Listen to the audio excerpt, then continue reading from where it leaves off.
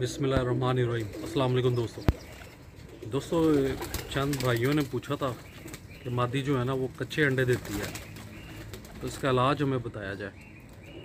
देखिए, इलाज लोग कई सीकों की गोलियां और बहुत कुछ बताते हैं।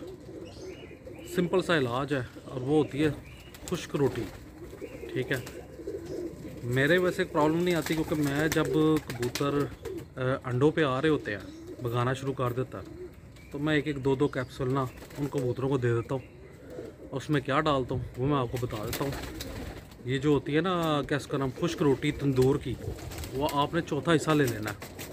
ठीक है, वो चौथा हिस्सा लेके आपने उसको कर लेना है, पीस लेना है, कुंडी में रख के बिल्कुल बारीक बारीक पीस लेना है।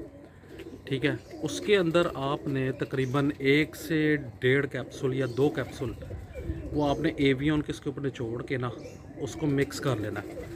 मिक्स करने के बाद मैं आपको एक दिखाता हूँ।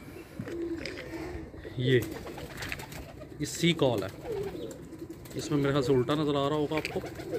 ये सी कॉल है, ये कैल्शियम होता है, मतलब समुद्री। आपने क्या करना है कि इसकी जो है ना 2 गोलियाँ, इधर ये बड़े साइज़ में होती है, 2 गोलियाँ आपने ले लेनी है। इसको पीस के उसमें मिक्स कर लेना है। ठीक है, रोटी लेनी है, रोटी को बिल्कुल बारीक पीस लेना है। पीसने के बाद उसमें एवियन के 2 कैप्सूल डालने हैं, तो वो तकरीबन नरम नरम सा बन जाएगा। ठीक है, बुरबुरा सा। उसके अंदर आपने 2 गोलियां जो है ना ये कैल्शियम की डालनी है, और उसको फिर जो 0 नंबर के कैप्सूल होते हैं ना, 0 से थोड़े बड़े, उसमें भर लेना है। जब कभी भी कबूतरी को भगाने लगे तो आपने क्या करना है कि 1 कैप्सूल दोपहर के दाने के टाइम पे उस कबूतरी को दे देना।